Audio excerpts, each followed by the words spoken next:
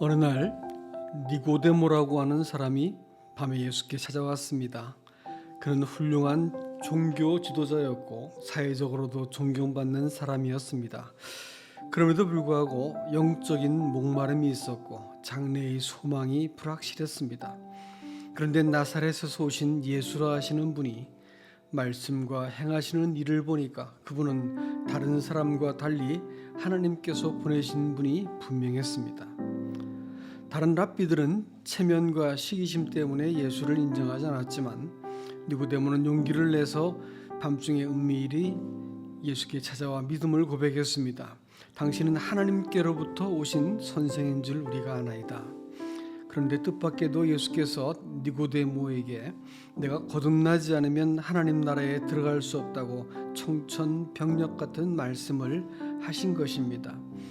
이 말은 니고데모가 아직 하나님 나라에 들어갈 자격이 안 된다는 말이었습니다. 그는 존경받는 지도자였고 평생 하나님의 율법도 잘 지킨 사람인데도 말입니다. 더욱이 그는 예수님께 찾아오기까지 했으니까 누구보다도 구원의 자격이 있는 사람이 아니겠습니까? 그러니 니고데모도 예수님께 항변하고 싶었을 것입니다. 저는 평생 하나님을 섬겼고 율법을 어기지도 않았습니다. 저는 인정받는 랍비라고요. 예수님도 믿었잖아요. 제가 얼마나 믿음이 좋은 줄 사람들도 다 안다고요. 그러나 그의 신앙의 연륜과 종교적인 지위에도 불구하고 예수께서는 거듭나지 않으면 하나님 나라를 볼 수 없다고 말씀하셨습니다. 사실 니고데모는 죄를 짓지 않으려고 결심을 하고 평생 제사를 드렸어도 항상 부족함을 느끼고 있었습니다. 그저 이렇게 믿다 보면 어느 날 나아지겠지 하는 막연한 마음으로 성전을 오갔던 것입니다. 그래서 예수께서 거듭나야만 하나님 나라에 들어간다고 말씀하신 것입니다. 이 말은 두 번 태어난다라는 의미도 있지만 실은 위에서부터 나야 한다라는 뜻입니다. 육체는 아무리 갈고 닦고 길들여도 결국 썩어질 육체뿐이지 않습니까? 그리고 여기서 나라라고 하는 말은 하나님의 왕권을 의미하는 단어입니다. 곧 위로부터 태어나야 하나님의 통치를 받는 백성이 될 수 있다는 말입니다. 왜냐하면 죄라는 것이 바로 사람이 하나님의 통치를 거역하고 벗어나는 것이기 때문입니다. 하나님의 순종하는 자녀가 되는 것은 위로부터 출생해야만 가능하다고 하는 것입니다. 저는 피조물인 사람이 하나님 대신 자기를 섬기기로 하면서 시작된 것입니다. 그래서 무엇이 옳은지 알지 못하고 다만 자기에게 좋은 것을 선으로 여기게 되었습니다.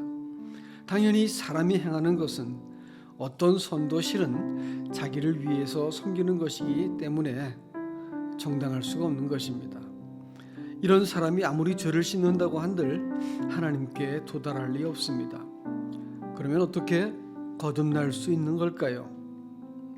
예수께서는 물과 성령으로 거듭나야 하나님 나라에 들어간다고 말씀하셨습니다. 물은 죄가 온전히 씻겨져야 거듭날 수 있다는 뜻이고 성령께서는 이렇게 씻겨진 사람에게 찾아오실 때 거듭난다는 것입니다. 죄를 완전하게 씻기 위해서는 반복된 용서나 그럴듯한 변명으로는 안 됩니다. 오직 하나님께서 해결해 주셔야만 죄를 완전하게 씻을 수 있습니다. 그렇지 않으면 자꾸 해결을 해도 죄가 남아있어서 정죄를 피할 수가 없을 것입니다.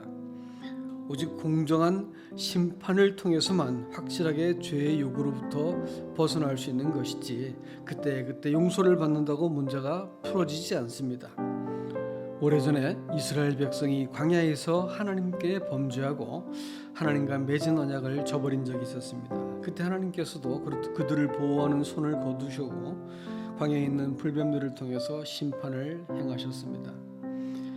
백성들은 죄의 결과로 불뱀들에 물려서 신음하면서 날마다 죽어갔습니다. 모세는 하나님께서 백성들에게 내린 심판을 거두어 주시도록 날마다 탄원을 하였습니다. 그때 하나님께서 모세에게 내리신 특별한 처방이 무엇이냐면 노수로 뱀을 만들어서 나무에 달도록 했습니다. 그리고 뱀에게 물려서 죽어가는 자들이 그것을 쳐다보게 하셨던 것입니다. 그런데 놀랍게도 나무에 달린 노뱀을 본 자마다 살아나 구원을 얻었던 것입니다. 이 사건은 장차 사람들의 죄를 위해서 속죄 제물이 되신 예수 그리스도께서 하신 일을 미리 보여주신 것입니다. 예수께서도 모세가 광야에서 뱀을 든 것 같이 인자도 들려야 하리니 이는 저를 믿는 자마다 영생을 얻게 하려 하는 것이다 라고 말씀하셨기 때문입니다. 예수께서 세상 모든 사람들의 죄를 담당하시고 대신 형벌을 받으심으로써 죄값을 충분히 지불하셨기 때문에 더 이상 사단이 죄인을 고소할 근거가 없어지도록 만들어 버리신 것입니다. 하나님께서 사람의 죄값을 지불하셨으니까 사람이 다시 죄값을 지불할 필요가 없게 된 것이라는 뜻입니다. 이와 같이 구원은 내가 잘 믿고 선행을 했기 때문에 구원의 자격을 획득하는 것이 아닙니다. 그리고 하나님 차원에서 행하신 일 때문에 일방적으로 사람에게 주어지는 것입니다. 이렇게 죄가 합법적인 방식으로 심판을 통해 씻겨지고 나면 하나님께서도 정당하게 사람이 죄가 없다고 판결하실 수 있게 됩니다.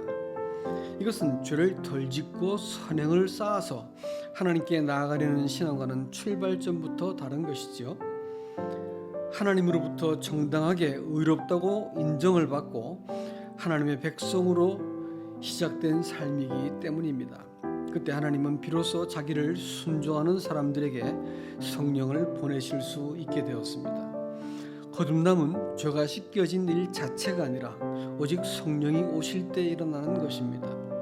또 새 영을 너희 속에 두고 새 마음을 너희에게 주되 너희 육신에서 굳은 마음을 제거하고 부드러운 마음을 줄 것이며 또 내 영을 너희 속에 두어 너희로 내 율례를 행하게 하리니. 그러므로 자기의 생각과 구원에 대한 기준을 버리고 겸손히 하나님께서 보여주신 구원의 길을 받아들이는 자들은 누구나 영생을 얻을 수 있다고 약속하신 것입니다. 하나님이 세상을 이처럼 사랑하사 독생자를 주셨으니 이는 누구든지 저를 믿는 자마다 멸망치 않고 죄 사함을 얻게 하려 하심이라 라고 말씀하지 않고 영생을 얻게 하려 하심이라 라고 말씀하고 있습니다.